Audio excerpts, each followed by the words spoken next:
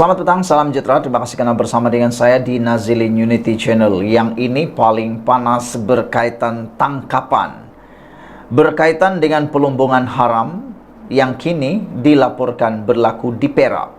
Akhirnya Menteri Besar Perak Saarani akhirnya sahkan ada tangkapan berkaitan pelombongan haram unsur nadir bumi. Kerajaan Perak mengesahkan ada tangkapan dibuat oleh pihak polis berkaitan pelombongan haram unsur nadir bumi bukan radioaktif NRRII di negeri ini. Menteri Besar Datuk Seri Mohamad mengesahkan, Saarani Mohamad mengesahkan perkembangan tersebut namun menyerahkan perkara itu kepada pihak polis.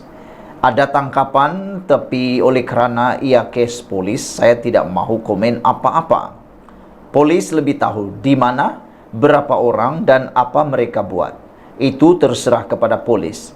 Tidak adil untuk saya buat kenyataan, kata Saarani.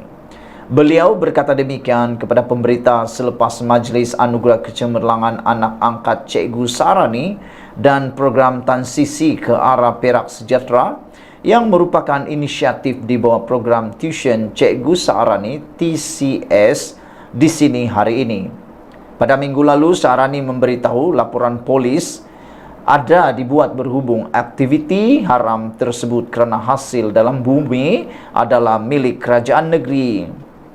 Jelasnya, Perak memantau usaha mengeluar dan mengekspor NRRII lantanida secara haram dan di negeri itu ekoran permintaan tinggi dalam pasaran. Katanya, proses mengeluarkan unsur tersebut dengan mudah menyebabkan ada pihak mahu mengambil kesempatan mengekstrak hasil bumi berkenan tanpa mengikut undang-undang. Saarani berkata unsur hasil bumi adalah milik kerajaan negeri dan setiap aktiviti pengeluaran sumber itu tertakluk kepada keputusan serta lesen oleh pihak berkuasa.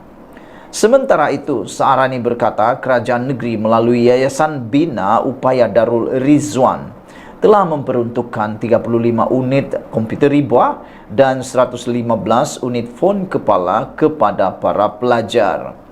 Agihan itu adalah bagi 150 pelajar sebagai penggalak semangat dan motivasi untuk mereka menghadapi peperiksaan SPM 2023 yang akan berlangsung tidak lama lagi.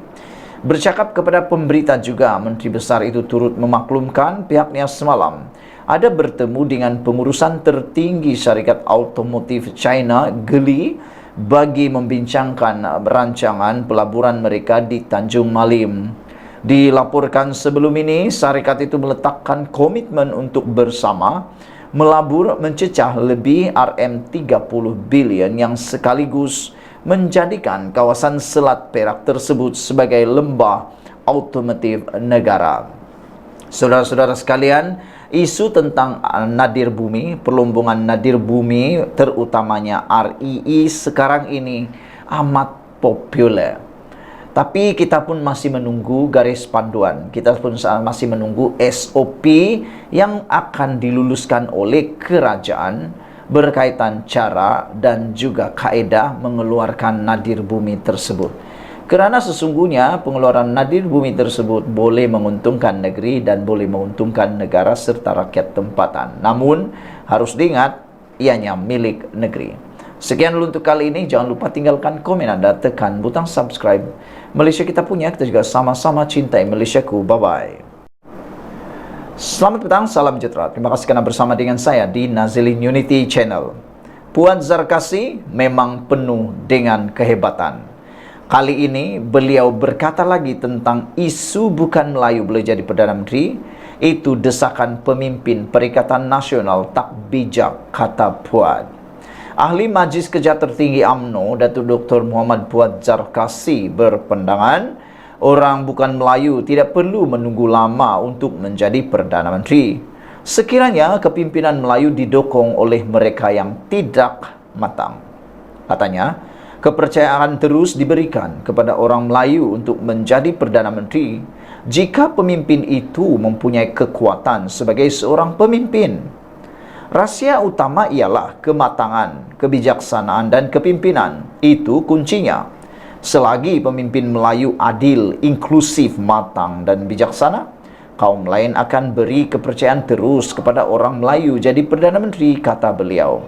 Jika kepimpinan Melayu didokong oleh orang tidak matang dan tidak bijaksana, maka bukan Melayu tidak perlu tunggu 100 tahun lagi untuk jadi Perdana Menteri, katanya dalam satu hantaran di Facebook hari ini.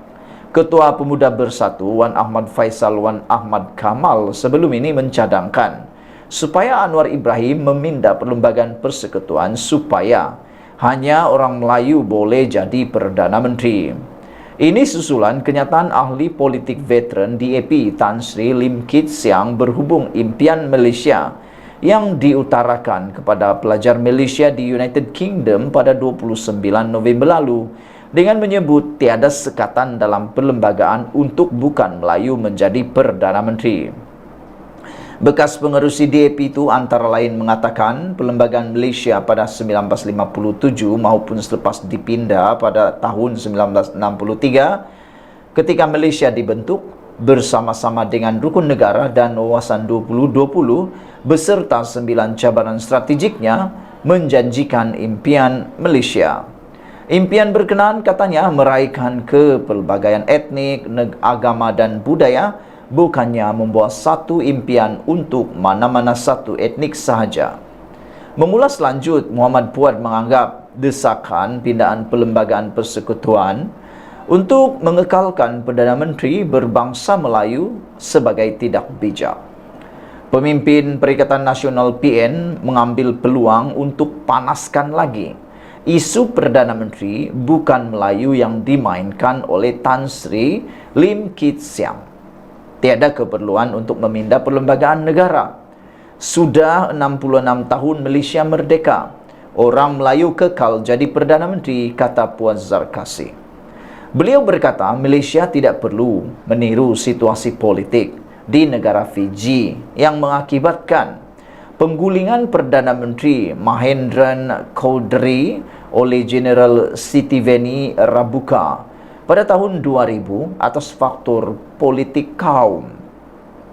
Mahendran Cowdery, etnik minoriti India, pernah jadi Perdana Menteri Fiji. Partinya menang pilihan raya. General Labuka buat kop detat ataupun rampasan kuasa agar etnik Fiji dapat balik jawatan Perdana Menteri. Adakah politik tidak bijaksana itu mahu dicontohi? Tidak perlulah Perikatan Nasional mainkan isu ini untuk raih sokongan orang Melayu. Lupakanlah kaedah tepuk atap atau langkah. Itu pun jenis kop detet juga, katanya lagi. Berita dipetik daripada BH Online. Sekian dulu untuk kali ini. Jangan lupa tinggalkan komen Anda, tekan butang subscribe. Kita jumpa lagi. Bye-bye.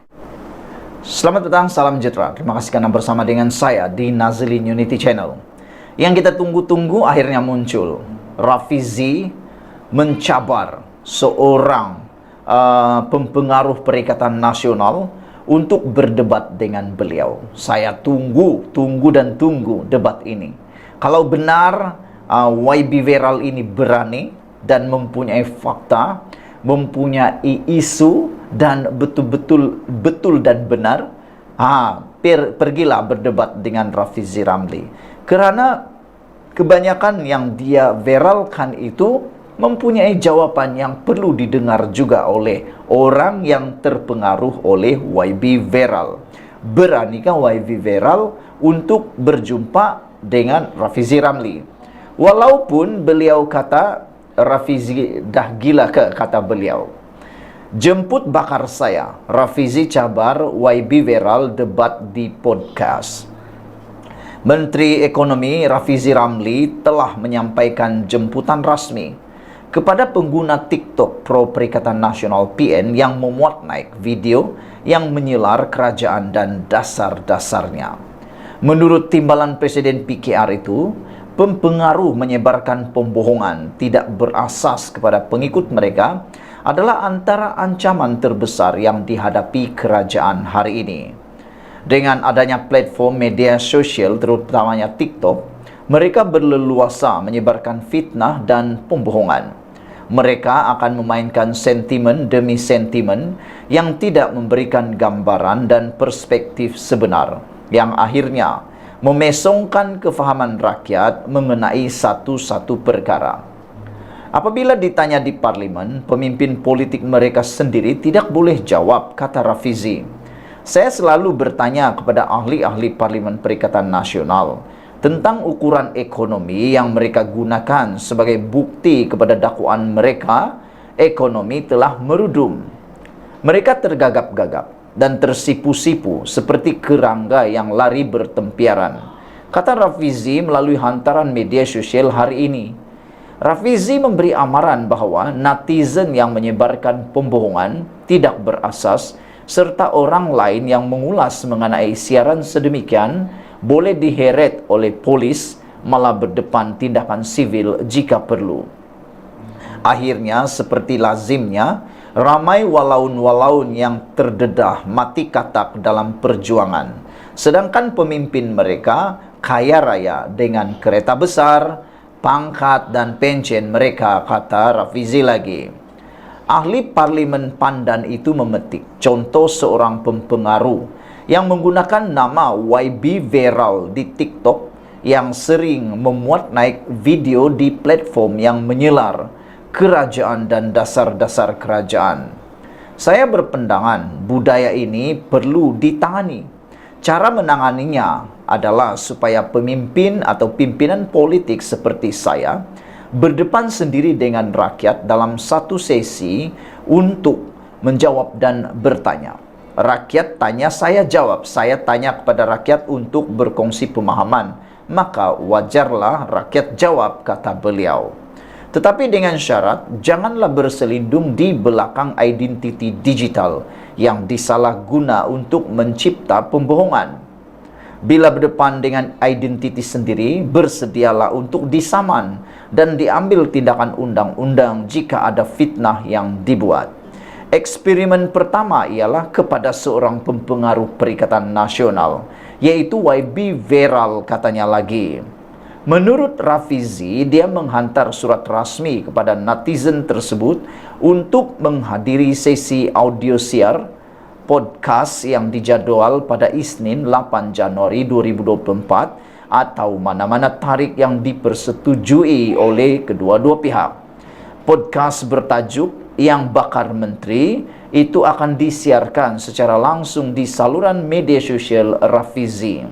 Jika dia berani tampil dengan mengisi borang maklumat peribadinya dan mengembalikan borang ke pejabat saya, insya Allah saya bagi ruang seluasnya untuk dia bakar saya dan buktikan saya menteri paling bodoh, seperti yang dijerit-jeritnya selama ini, tulis Rafizi sambil melampirkan salinan surat jemputan. MK, jemput bakar saya, Rafizi cabar YB Viral debat di podcast. Sekian dulu untuk kali ini. Kita tunggu-tunggu supaya YB Viral menjawab jemputan ini. Beranikah YB Viral? Jumpa lagi. Bye-bye.